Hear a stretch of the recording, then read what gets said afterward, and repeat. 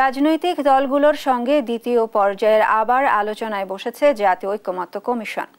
বেলা 11:30টার দিকে রাজধানীর foreign service একাডেমিতে শুরু হয় আলোচনা।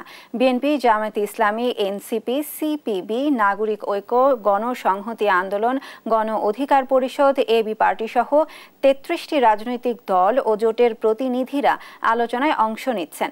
আজকের সংলাপের আলোচ্য ইস্যু আছে সংবিধানের 70 অনুচ্ছেদ, দ্বিকক্ষ বিশিষ্ট সংসদ এবং প্রধান বিচারপতি নিয়োগের প্রক্রিয়া সহ অনির্ধারিত কিছু বিষয়।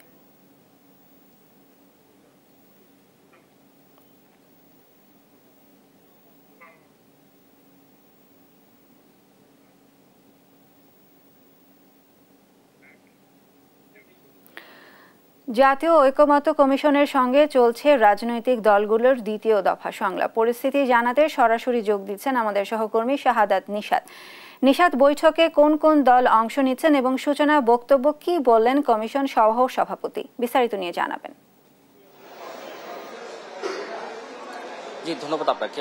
আসলে জানেন যে বিভিন্ন সংস্কার কমিশনের মাধ্যমে জাতীয় ঐকমত্য কমিশন গঠন করা হয়েছে এবং সেই ঐকমত্য কমিশনের কাজটাই ছিল বিভিন্ন সংস্কার কমিশন যে বিষয়গুলো উপস্থাপন করবেন, অর্থাৎ প্রত্যেকটা সেক্টরে বিশেষ করে আইন কার্যক্রম, বিচার কার্যক্রম, দেশের অন্যান্য যে কার্যক্রম সবকিছু মিলিয়ে কিন্তু প্রত্যেকটা সেক্টরে আলাদা আলাদা সংস্কার কমিশন গঠন করা হয়েছিল। তারা তাদের মতামত পেশ করেছেন এবং সেটি সুপারিশগুলো কিন্তু এখন যে ঐকমত্য কমিশন গঠন করা হয়েছে সেই ঐকমত্য কমিশনের মাধ্যমে সেগুলো পেশ করা হচ্ছে এবং সেই সাথে ঐকমত্য কমিশনের সাথে বিভিন্ন রাজনৈতিক দলের যে নেতৃবৃন্দ রয়েছেন, প্রতিনিধি দল রয়েছেন, তারা কিন্তু দ্বিতীয় দফায় একসাথে হয়েছেন এবং সেই সাথে দ্বিতীয় দফায় কিন্তু বিভিন্ন ঐকমত্য কমিশনের যে মতামতগুলো সেই মতামতগুলো চূড়ান্ত করার লক্ষ্যে তাদের সাথে বসছেন এবং সেক্ষেত্রে আমরা দ্বিতীয় দফার বৈঠকটি ঠিক 11টা এখানে শুরু হয়েছে।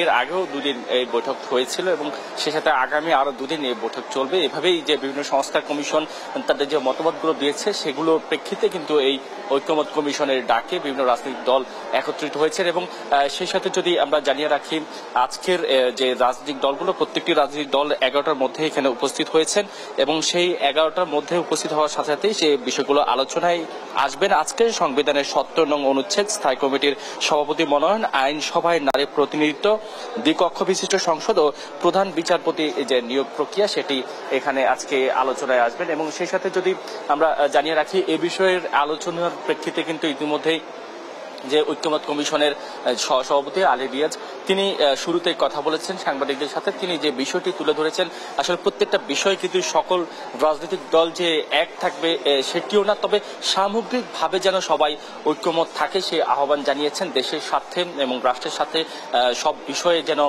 সবার সমন্বয়ে একটি যে ঐক্যে মানুষ পৌঁছাতে পারে, রাজনৈতিক দলকে ঐক্যে পৌঁছাতে পারে এবং যেটি সাধারণ মানুষের কল্যাণে কাজ করবে সে বিষয় যেন ঐকমত থাকে রাজনৈতিক দলগুলো সেই আহ্বান জানিয়েছেন শুরুর দিকে।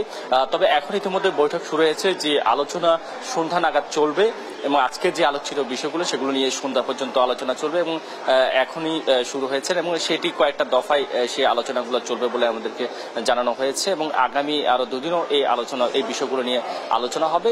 তবে আজকে যে বিষয়গুলো সেগুলো নিয়েই সামগ্রিকভাবে ওই রাজনৈতিক দলগুলো একটি ঐকমত্যে পৌঁছাবে এমনটাই প্রত্যাশা করা যাচ্ছে এবং সেই সাথে অন্যান্য যে সংস্কার কমিশন তাদের যে মতামতগুলো রয়েছে এবং সেই সাথে জুলাই সনদের বিষয়ে আলোচনা হবে এবং জুলাই সনদ চূড়ান্ত করার ক্ষেত্রে আজকে যে ঐকমত্য কমিশনের দ্বিতীয় দফার যে বৈঠক রাজনৈতিক দলের নেতাকর্মীরা তারা কিন্তু আলোচনা করবেন, নেতৃবৃন্দরা যারা প্রতিনিধি দল তারা আলোচনা করবেন। সেই সাথে জুলাই সনদ চূড়ান্ত করার লক্ষ্যে প্রধান উপদেষ্টা বরাবর পরবর্তীতে তারা একটি নির্দিষ্ট যে লক্ষ্যে পৌঁছাতে পেরেছে সেটি আলোচনা। আপনারা জানেন যে জুলাই আন্দোলনের সময় যে জুলাই সনদ সেটি কিন্তু এখন পর্যন্ত চূড়ান্ত হয়নি।